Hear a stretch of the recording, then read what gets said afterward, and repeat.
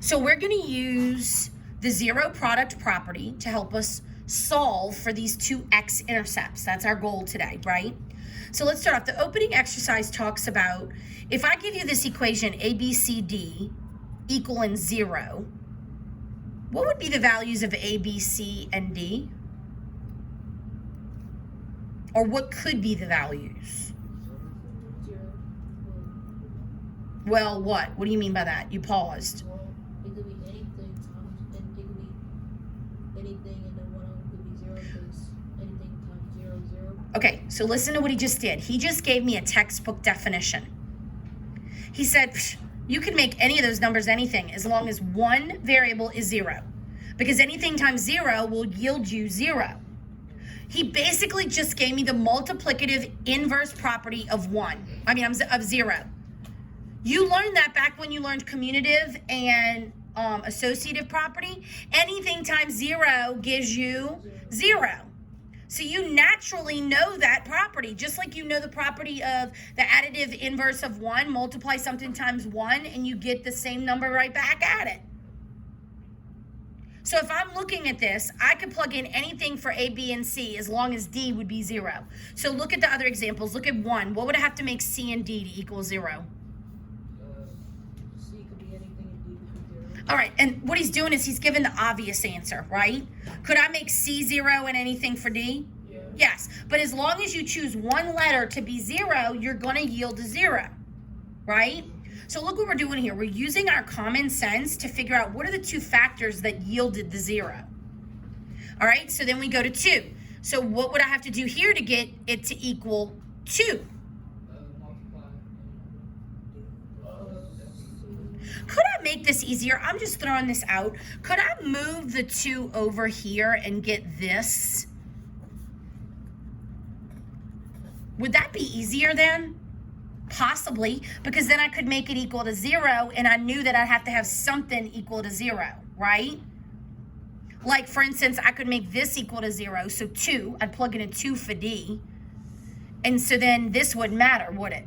Now, if I look at the original problem, if I made D 0, it wouldn't work because I need it to come out to be 2. So this would need to come out to be 1 and multiply it by 2, and then I could get the answer.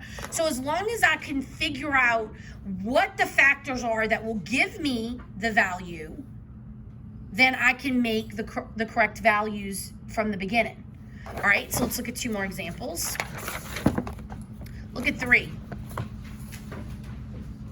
Equal to 0 again, isn't it? Yeah. So if I made D 0, does it matter what I plug in for C? No, because it's multiplication, same property. What about 4? What do you notice? Foil, thank you. That's what I start needing to hear from you guys.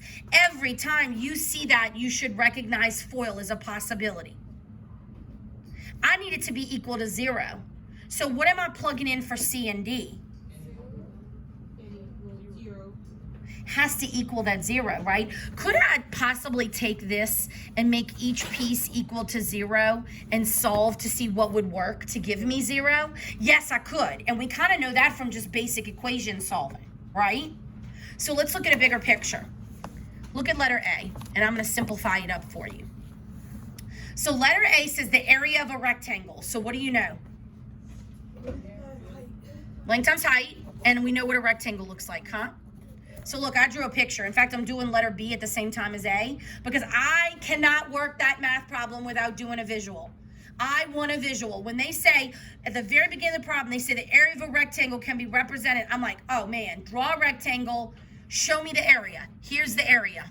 And look what I'm doing. I am writing it right smack in the middle of the box. I don't want all that other stuff. I know that the width and the length are going to multiply, and they're going to give me this. Okay, so how would I figure out what the width and the length is? Factor. Undo this multiplication. So let's try that. Can I GCF it? Yes. Really? There's something that each term has in common? No. So then we're going to just go ahead, draw 2 parentheses. We can split the first term because the coefficient is 1. And then when we go to the last term, 3 and 1 is my only factors, so that's easy. And I need 2 in the middle, so the 3 has to be positive and the 1 is negative, and it equals 0. Correct? So now what you're telling me is this and this has to equal 0, right? What if I told you that the area equals 21?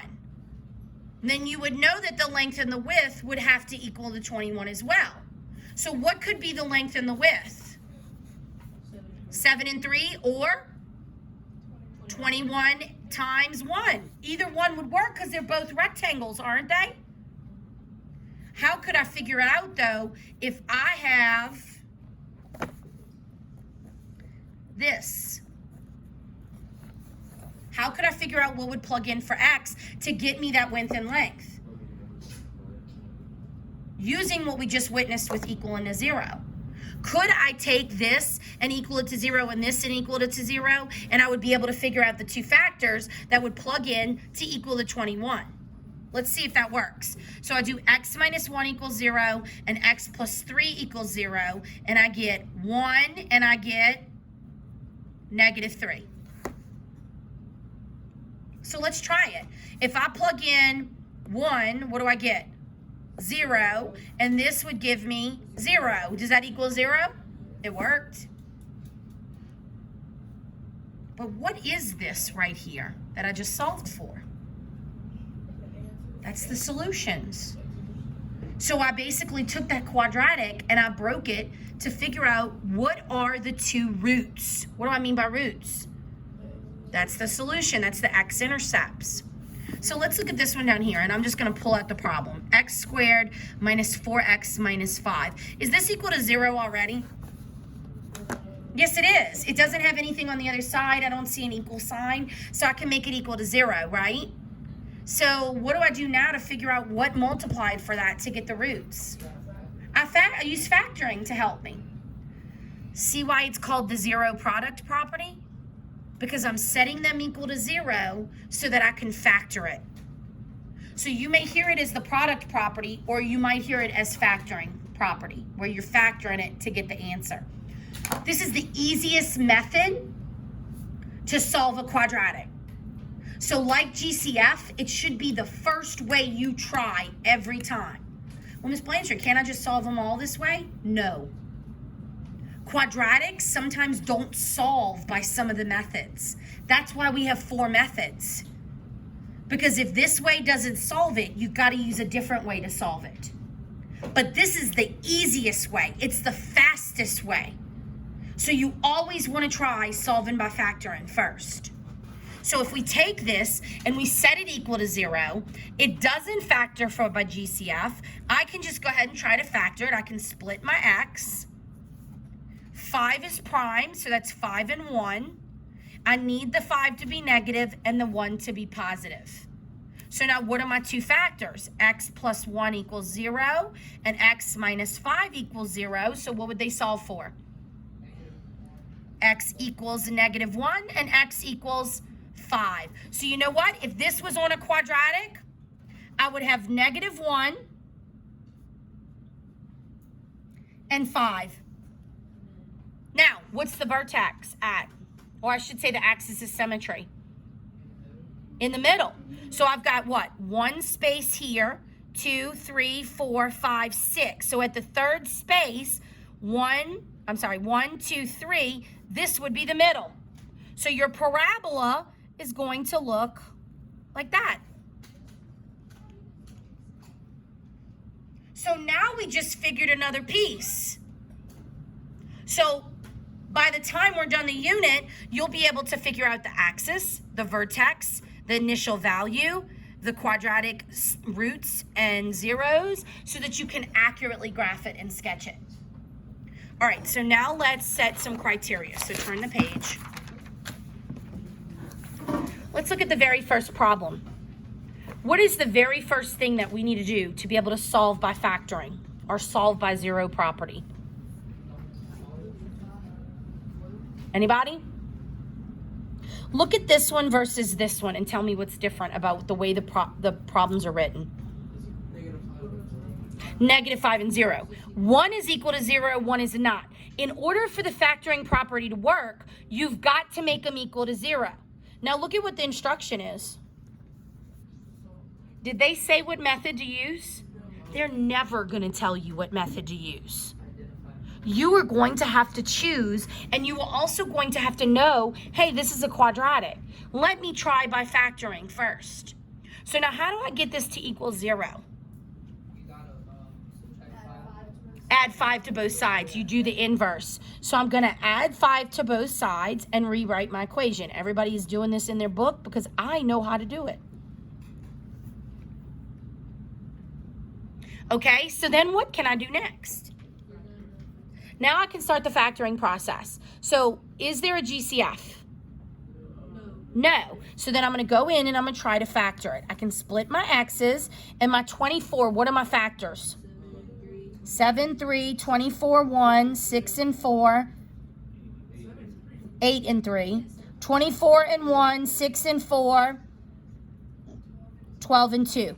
Now I need an 11 in the middle. Which two could give me 11? 8 and 3. And they both are negative to make positive 24. So now after I get my two factors, what do I do to figure out what would fill in for x? Solve for x. So I split them, and I get x minus 3 equals 0, and I get x minus 8 equals 0. And I solve. X equals 3, x equals 8. I box it in. Those are my two roots.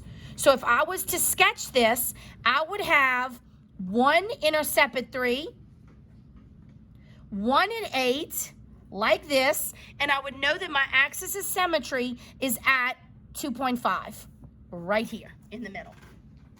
Because it has to be the same distance from both intercepts. Okay, so let's set criteria for number 6. What was the first thing that we have to do?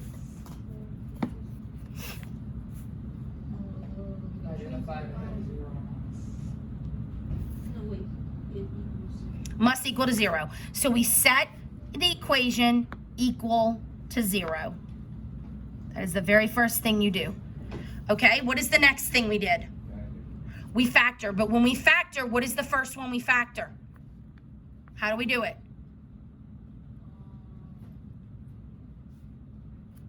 What is the first thing you do when you go to factor? You ask yourself what? Can I GCF? So you check to GCF. Now, after I check to GCF, what do? Factor normal. So I check to factor. After I factored the whole thing, what do?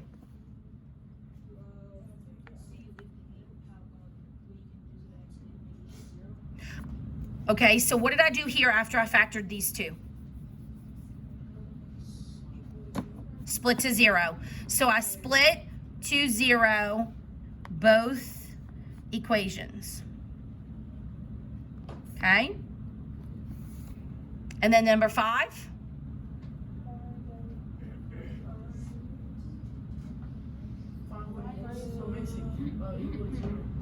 What? Find a way. Okay, so then you solve. Solve both box roots. I'm going to call it roots because that's the one you're going to see the most. Okay, so let's do this one, and then I'll stop the video. So set equal to 0. Is it equal to 0? Yes. Yes. Number 2, check for GCF. Yes. See, y'all got to catch that. No. X. X comes out, and you're left with this. Check to factor. Can you factor any more? No. So then I'm going to split to 0 both equations. So x gets equal to 0, and 7x plus 1 gets equal to 0. Because this is the same thing, guys, as one of the factors. So then this is one answer, and then this one becomes negative 1/7 as the other answer. Yes, you can have fractions.